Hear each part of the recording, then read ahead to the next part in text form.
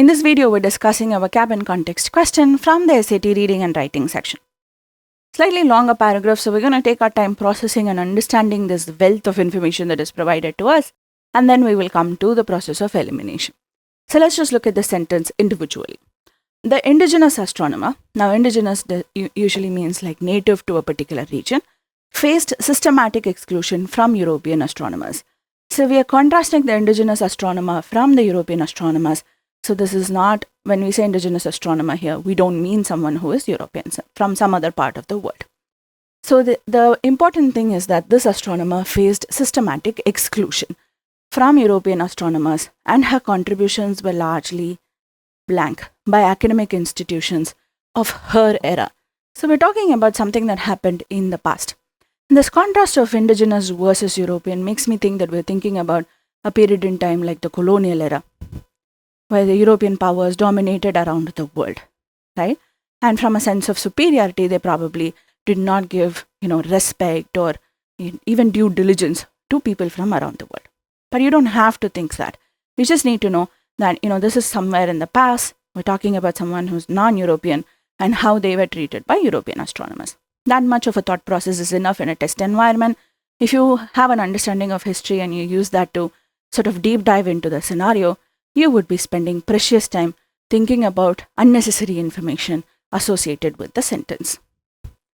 Contemporary scholars fail to recognize that her precise celestial observations, the fail to recognize keeps the sentence in the past. So when we say contemporary scholar, we mean her contemporaries, scholars who lived at the same time in her era as this astronomer. So they fail to recognize what? That her precise celestial observations and mathematical calculations had accurately predicted several astronomical events that European astronomers had missed entirely. So here she was doing precise calculations, accurately predicting events, and these European astronomers who were excluding her systematically had actually missed these entirely. And they were dismissing her work due to prevailing prejudices rather than evaluating its merit.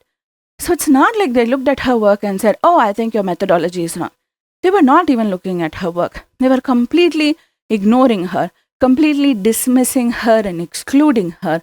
And here she was doing all of this precise work and absolutely making progress by leaps and bounds in this field. So this sense of exclusion is what we have to capture, right? She as an individual and her contributions were both completely dismissed by the European astronomers. Now let's do the process of elimination. So clearly, she was not celebrated or funded. Both these words have a positive tonality. It means showing support or encouraging her, which these European astronomers did not do. So let's rule that out. That leaves us with plagiarized and overlooked. What does it mean to plagiarize in somebody's work? Let's say you're writing an essay and someone says, "Hey, your essay looks plagiarized." What does that mean? It means you've copied from certain sources without giving them the due credit. Right, so plagiarism is to copy someone's work. Now, did these European astronomers plagiarize her work? They were completely ignoring her. They were not giving any attention to her work at all. They just decided straight off the bat, she must be wrong just because she's not a European astronomer. So plagiarized will not work here either. Overlooked definitely aligns with the idea of exclusion, with the idea of her contributions being completely dismissed without even being evaluated. So choice B is the correct answer for this question.